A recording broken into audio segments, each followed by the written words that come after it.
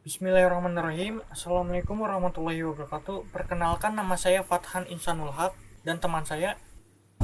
Dan saya sendiri, perkenalkan, nama saya Fadil Almdani. Kami dari kelas HTN 3A yang akan memaparkan atau menyampaikan materi mengenai tentang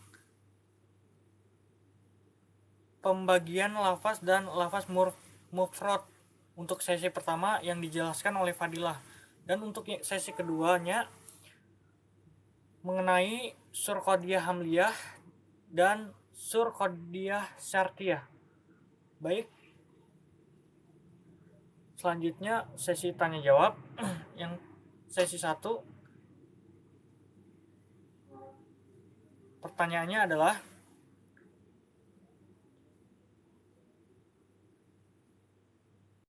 pertanyaan pertama, apa itu ilmu mantik, Fadil Halmadani? Oke, ilmu mantik menurut saya itu adalah ilmu yang membahas tentang kaidah yang melindungi terjaganya akal dari kesalahan dalam berpikir. Begitu Fatan menurut saya. Pertanyaan yang kedua, apa saja bagian dalam isim itu?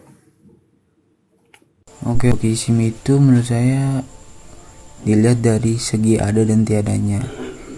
Dan isim itu terbagi menjadi 3, yaitu isim muasol, ma'dul, dan adami. Menurut saya sih begitu Fatan. Pertanyaan yang ketiga, apa yang dimaksud dengan isim kuli? Oke, menurut saya kuli itu terbagi menjadi 2, yaitu kuli irt dan kuli zati. Kalau kuli irt itu menurut saya kata umum yang berada di luar hakikat, dan kuli zati itu adalah kata umum yang berupa sifat yang tidak bisa berubah. Menurut saya sih seperti itu, Fatan. Pertanyaan yang keempat, mengapa di dalam ilmu mantik dibahas mengenai lafaz? Menurut saya lafaz itu merupakan perantara untuk menyampaikan pikiran dengan kata lain, Fatan. Lafaz yang kita ucapkan itu terkait erat dengan makna yang kita pikirkan. Menurut saya sih seperti itu, Fatan. Baik, pertanyaan yang kelima yaitu, apa itu kuli fasal? Menurut saya, Fatan, kuli fasal itu terbagi menjadi 2, yaitu kuli fasal qorib dan kuli fasal ba'id. Kuli fasal qorib yaitu kata umum yang berupa alat untuk membedakan dengan jenis lain yang dekat. Menurut saya seperti itu. Dan kuli fasal ba'id yaitu kata umum yang berupa alat untuk membedakan dengan jenis lain yang jauh. Menurut saya seperti itu, Fatan. Oke, untuk pertanyaan yang pertama, saya ingin bertanya kepada Anda, Fatan, bagaimana penggunaan kata syur? Menurut Fatan, penggunaan kata syur itu bagaimana ya? Coba tolong bisa dijelaskan, Fatan. Baik, pertanyaannya bagaimana penggunaan kata sur ya? Jadi saya jelaskan dulu, sur adalah lafaz yang menunjukkan arti semua, sebagian, atau tidak sebagian, atau lafaz-lafaz lain yang sepadan. Jadi sur itu kalimat yang mengandung salah satu kalimat sur, yaitu semua, sebagian, atau tidak sepadan, atau yang lain yang sepadan dengan kata-kata tersebut. Jadi sur itu terbagi menjadi 2, yaitu sur qodiyah hamliyah dan sur qodiyah syartiyah, Fadilah. Oke, lanjut sesi pertanyaan kedua. Saya akan bertanya kepada untuk Fatan, ada beberapa pertanyaan. Baik, saya akan menjelaskan sur qadiyah hamliyah dulu. Sur qadiyah hamliyah itu yaitu suatu lafaz atau kalimat yang menunjukkan kepada objek yang dituju dengan menggunakan kata atau menggunakan salah satu huruf sur, kalimat sur, yaitu tadi yang saya sebutkan. Kalimat sur itu yaitu semua, sebagian, atau yang sepadan kalimat tersebut. Sedangkan sur qadiyah syartiyah adalah lafaz yang menunjukkan suatu ukuran, keadaan, atau waktu.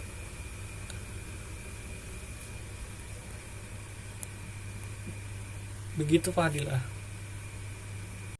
Oke, saya ada pertanyaan lagi nih Watan. Menurut Watan, bagaimana penggunaan sur kulli fil ijab?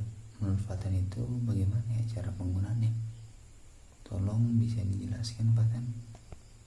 Baik, bagaimana penggunaan kata sur kulli fil ijab ya?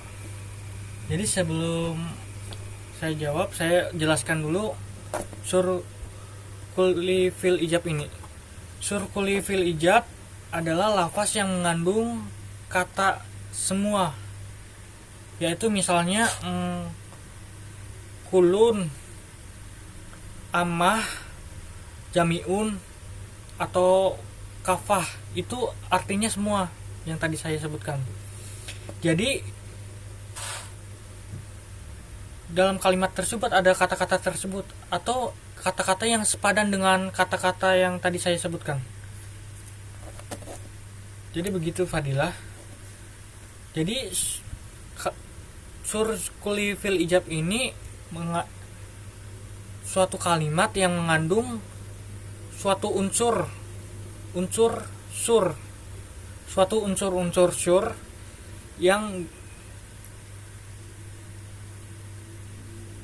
yang berada dalam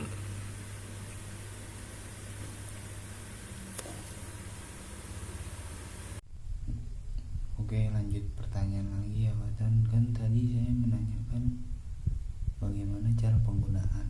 Nah, sekarang saya ingin bertanya tentang contohnya apa aja sih dari sur juz'i fil ijab. Menurut Watan itu contohnya itu seperti apa ya? Tolong beritahu saya contohnya itu seperti apa. Oke, contoh sur kulli fil ijab ya. Jadi misalnya contohnya ya, ada sekelompok orang ya, misalnya ada sekelompok orang yang beranggotakan 6 orang. Lalu kamu memanggil 6 orang itu semuanya. Misalnya manggilnya gini, kalian semua kemari, kamu manggilnya begitu.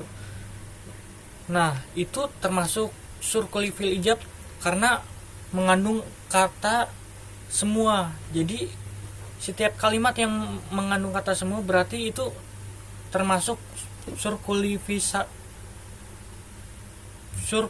ijab. Gitu Fadilah. Contoh lainnya,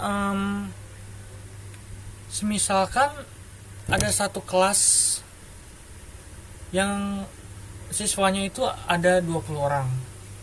Lalu guru itu memberikan tugas ke semua muridnya. Lalu murid itu mengerjakan tugas semuanya. Jadi di dalam kalimat tersebut ada misalnya kalimatnya gini, guru itu memerintah semua murid mengerjakan tugas. Jadi di dalam kalimat tersebut ada semua, jadi itu termasuk sur kulli fil ijab. Jadi begitu Fadilah. Oke, saya ingin bertanya lagi pada Watan. Menurut Watan itu gimana sih penggunaan kata sur kulli fil salbi? Cara penggunaannya itu bagaimana? Menurut Fatan itu seperti apa? Coba tolong jelaskan. Oke, bagaimana penggunaan kata surkulivisalbi ya? Oke, saya jelaskan dulu surkulivisalbi ini. Surkulivisalbi ini yakni berupa lafaz-lafaz yang di dalamnya memiliki arti tidak semuanya. Ini mungkin kebalikannya dari surkulifil ijab ya.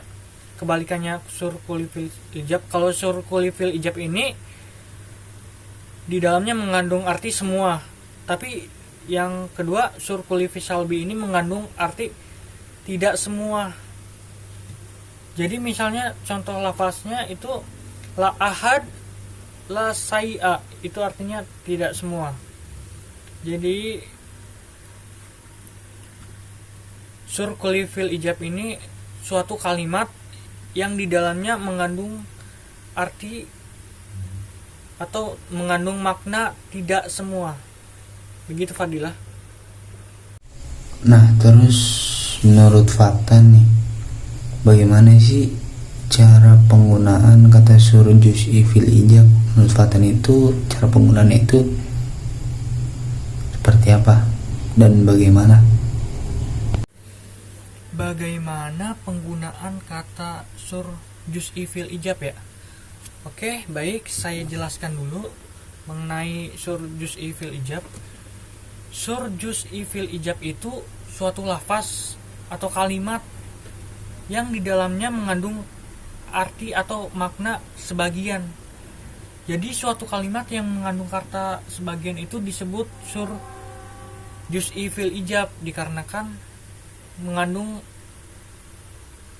mengandung elemen dari sur juz'i fil ijab, yaitu sebagian. Gitu Fadilah. Oke, lanjut pertanyaan lagi ya Fatan. Kan tadi saya menanyakan bagaimana cara penggunaan. Nah, sekarang saya ingin bertanya tentang contohnya apa aja sih dari sur juz'i fil ijab. Menurut Fatan itu contohnya itu seperti apa ya? Tolong beritahu saya contohnya itu seperti apa. Baik, contoh sur juz'i fil ijab ya. Contohnya misalkan seorang guru telah memberikan PR kepada murid-muridnya. Lalu murid-murid tersebut tidak semuanya mengerjakan PR, hanya sebagiannya saja. Sebagian mengerjakan, sebagiannya tidak. Nah, ini disebut sur juz'i fil ijab karena dalam peristiwa tersebut terdapat suatu makna sebagian, maka itu disebut sur juz'i fil ijab.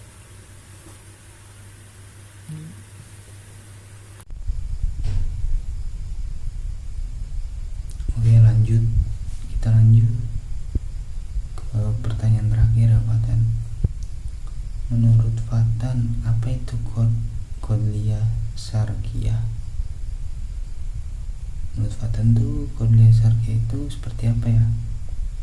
Coba tolong jelaskan ya Fatan.